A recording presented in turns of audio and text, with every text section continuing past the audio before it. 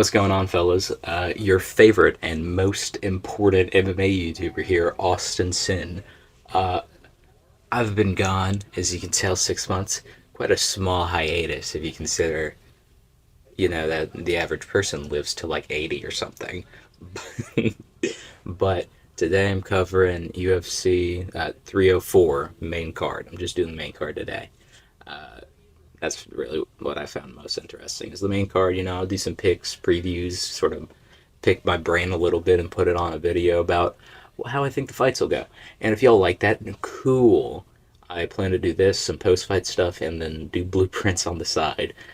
Basically copying Jack Slack, really, but, that's neither here nor there. That's for some comment to say. Starting off, Alan and Chikadze. Fun fight. I thought it was going to be closer in my brain at the start, and then I started looking at more factors of it because I wanted to do some research. I'm picking Arnold Allen by decision.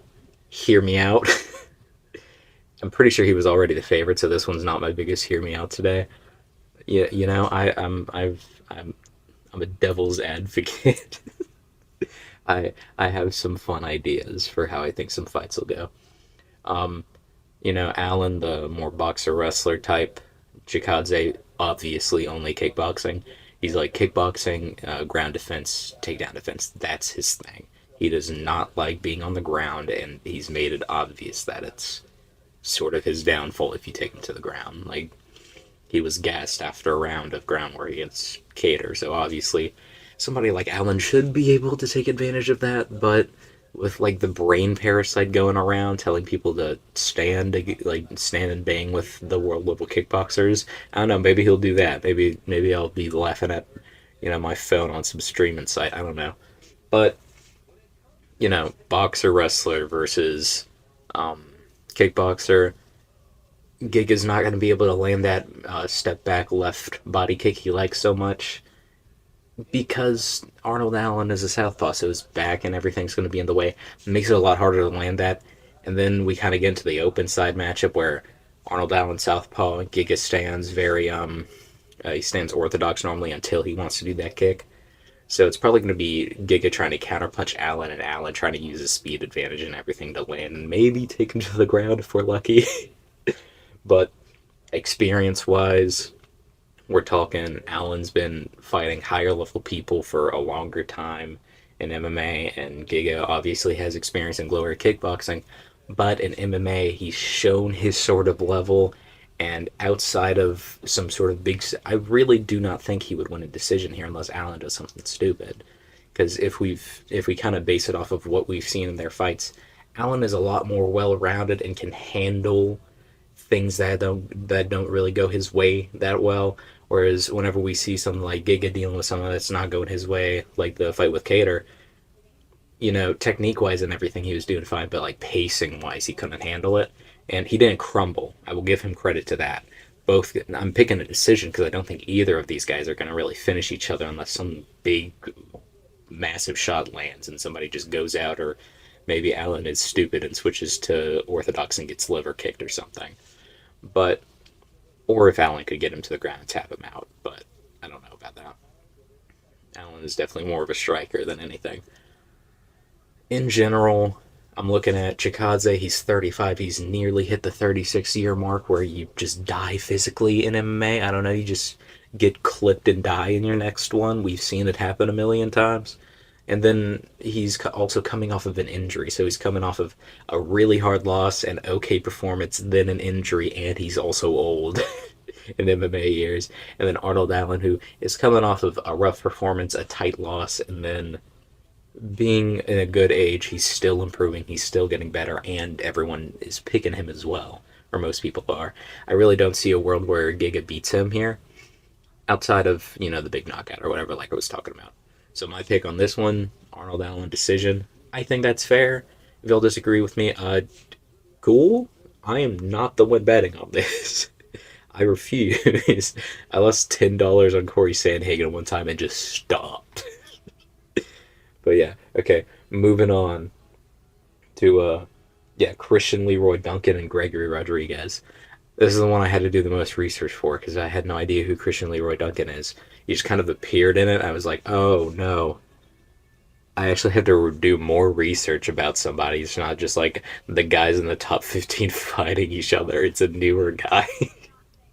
um, from what I've seen, Leroy Duncan's I stutter on this every time I say it, unorthodox outside fighter. He prefers to be on the outside. Typically, he likes to pick his shots and then come in with something goofy like a spinning heel kick, a flying knee. There's one time I saw he knocked some dude out by like literally like stiff arming him into the fence and then elbowing him, and it was just done. He's very powerful. He's a very awkward guy to go against. And for somebody who just walks forward like Gregory Rodriguez, I could totally see where RoboCop walks into four flying knees and just dies. Like that's so a thing that could happen, you know?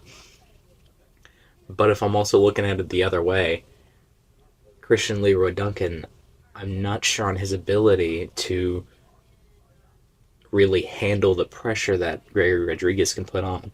Because we've seen Gregory Rodriguez hurt in fights and keep going, and we've also seen him get knocked out. We've seen it happen, and it's definitely a thing that could happen with somebody as explosive and damaging as Leroy Duncan can be. But if I'm looking at the fight, I I don't know. Maybe it's just the fact that I like Rodriguez, but I'm really looking at this one as a 50-50. I'm looking at it as either Rodriguez walks into something big and gets just put out on his like just gets put on the ground face first, or he toughs it out and is able to just 1-2 Christian Leroy Duncan into the 1-2 him through the cage, because that's what he likes to do. He's a super good high level grappler, and he walks forward and spams 1-2s. It's very funny whenever you watch it and you're like, oh, that's just what he's doing, huh?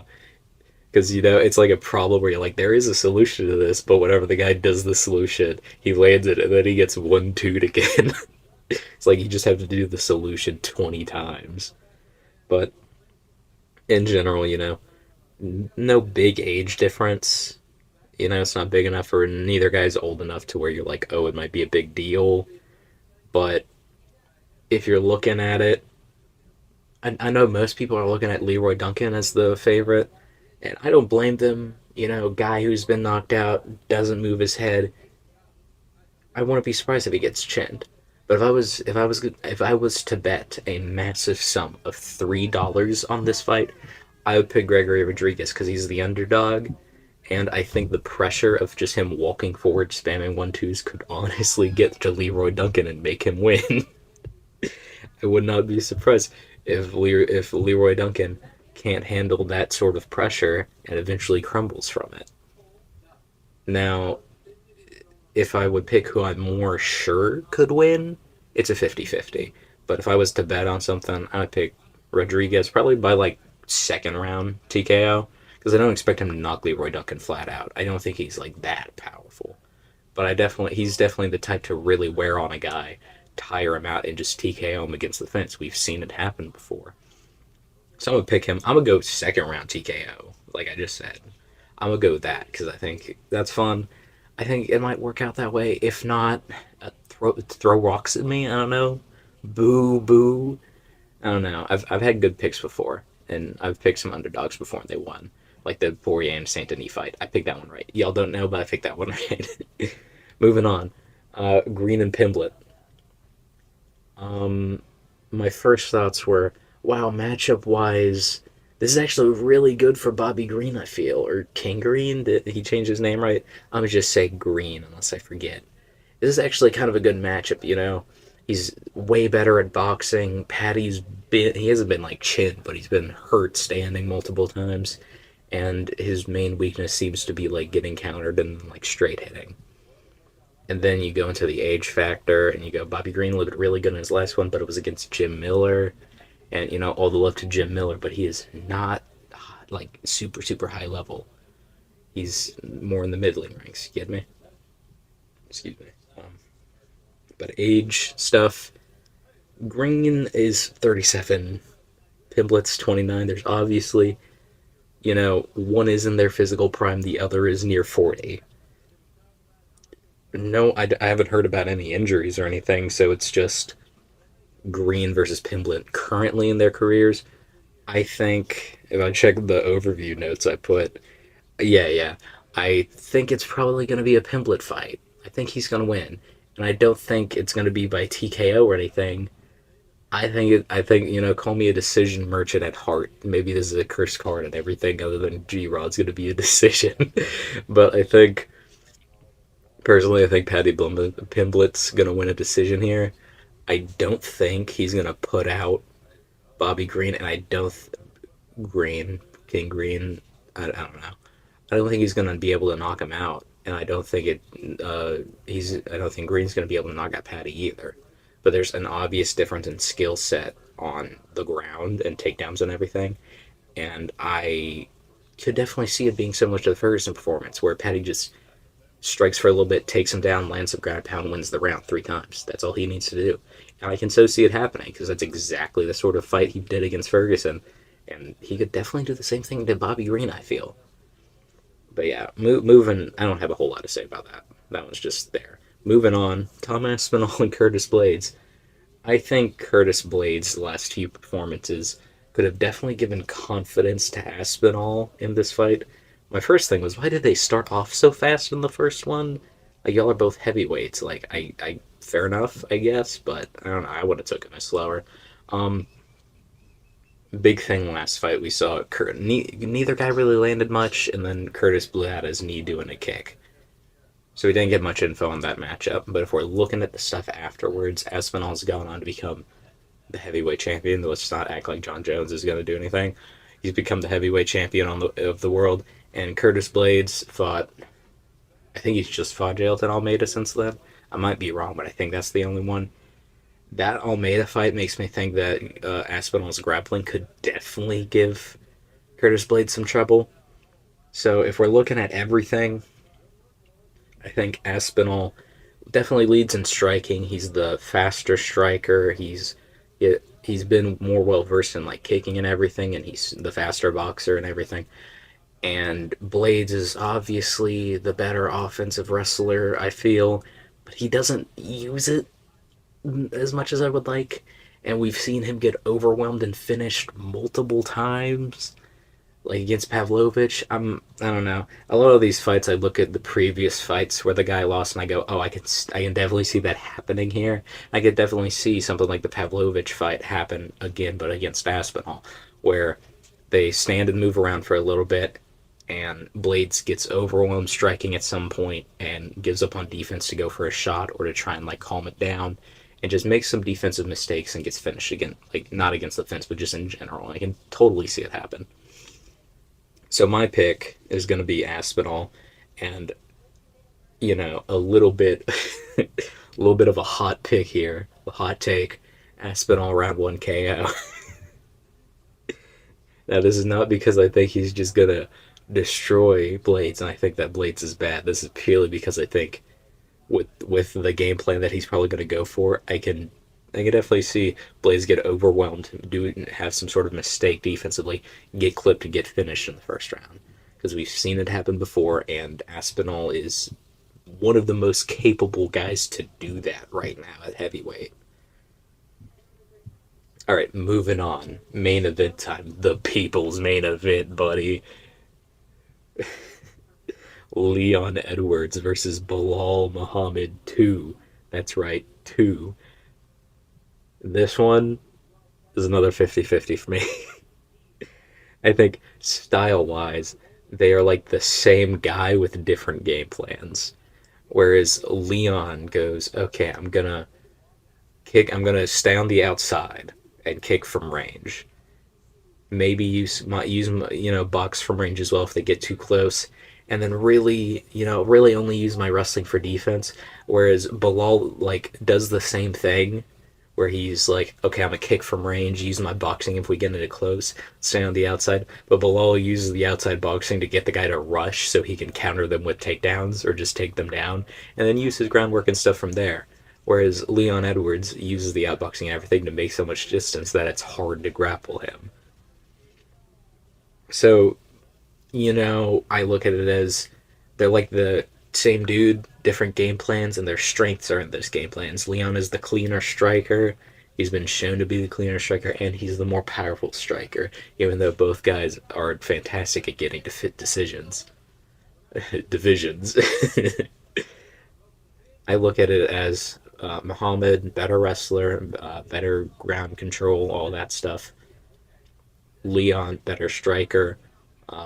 Obviously, lower paced fighter. I think Bilal's gonna have the higher pace throughout the fight. I don't think. I think this is another decision. Yeah, I'm pretty sure this is another decision. I don't think either one is going to be hugely hyped up to finish the other guy. Leon's been like headshot dead after he lands one head kick. It was like, dog, you like your decisions like almost all the time. Why is this your personality? But Bilal's funny. I think he's funny. Um, my pick is probably Leon Edwards. I think he's probably going to win the decision. I think his counter wrestling and everything, and his ability to stay up and land and pick the better shots on the feet, are going to lead him to winning a pretty clear decision. But I also want to be surprised with how much Leon is kind of, tapered off and kind of slow down his striking and it's doing less and less in these fights. I wouldn't be surprised if Bilal is able to, keep the pace going and going and going and steal those last 3 rounds. Uh, you know, I really feel like there's a possibility that it doesn't seem a whole lot of people are looking at, but I'll look at it that way. I think that could happen. This one, the first fight that happened, it was pretty. It was obviously a Leon round, but it wasn't like 10-8 or something or complete domination. It's just he landed the better shots, but they both landed around the same numbers. So if I'm looking at it objectively, I'm looking at it with my awesome brain, my blueprint brain. I go 50-50 fight, leaning towards Leon. I think so. I guess 60-40 fight, but my heart says Muhammad because that'd be so funny. It would. Oh my god, it would be so funny. I would lose it. Anyways, that's it. I don't have anything else to say here. If my picks are wrong, shoot me dead or something. I don't know. Uh, don't base your picks off of what some dude says on YouTube. Base it off of yourself, bro. Um, yeah, I'll be back maybe Monday, Tuesday. I don't know, to cover what actually happened and tell you that if I'm right, I'm gonna rub it in your face. But if not, I will act like it didn't happen. Y'all have a good one. I'll see y'all next week. Yeah. Bye bye.